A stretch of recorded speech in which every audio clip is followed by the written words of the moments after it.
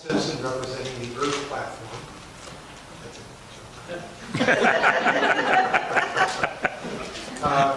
I'm a retired energy professional. I served for 26 years as energy officer at the State University of New York at Buffalo, where, with the support and participation of many other people, I developed programs in energy conservation projects which were producing over $10 million in annual energy dollar savings and proportionate carbon emission reductions when I left in 2008.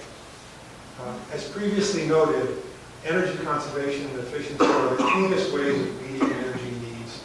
A much repeated slogan that deserves to be our mantra.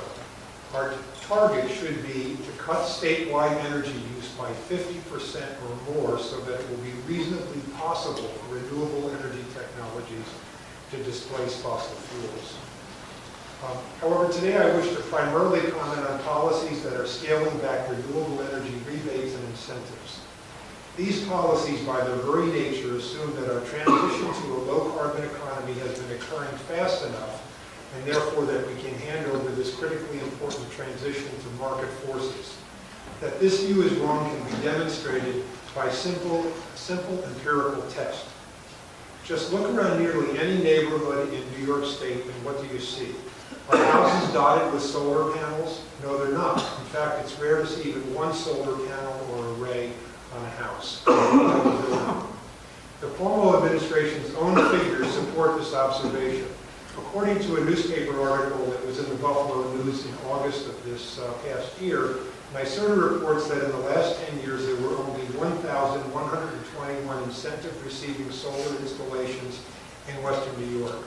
This figure is roughly equal to the total number of solar installations because most would be incentivized and would have occurred in the last 10 years. Given that there are hundreds of thousands of homes and buildings in Western New York, simple arithmetic shows that far less than 1% of them have solar panels, despite the efforts of a handful of excellent local solar companies and all that everyone else has been doing to promote solar. Thus, we find ourselves seriously behind the 8 ball. This reality check hardly supports scaling back incentives.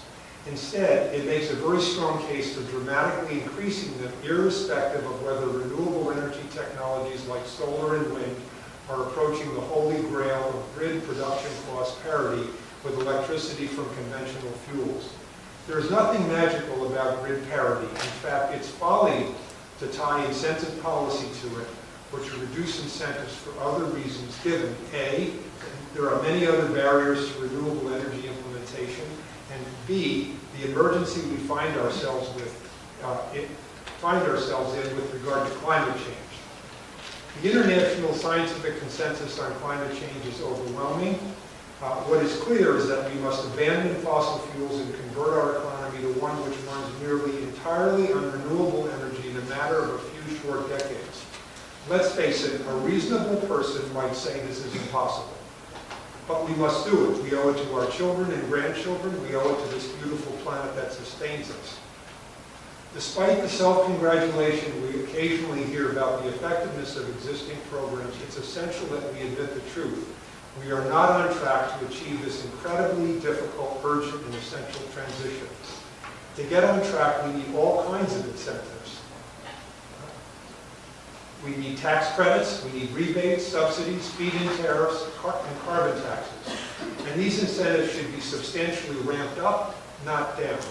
System benefit charges and other funding mechanisms should be increased accordingly, bolstering solar, wind, and geothermal, as well as energy conservations, including those that will dramatically reduce natural gas use, especially now that we are aware of a much greater carbon footprint for natural gas due to future gas emissions. In our heart of hearts, we know that this is no time for complacency or mistaken faith in market forces.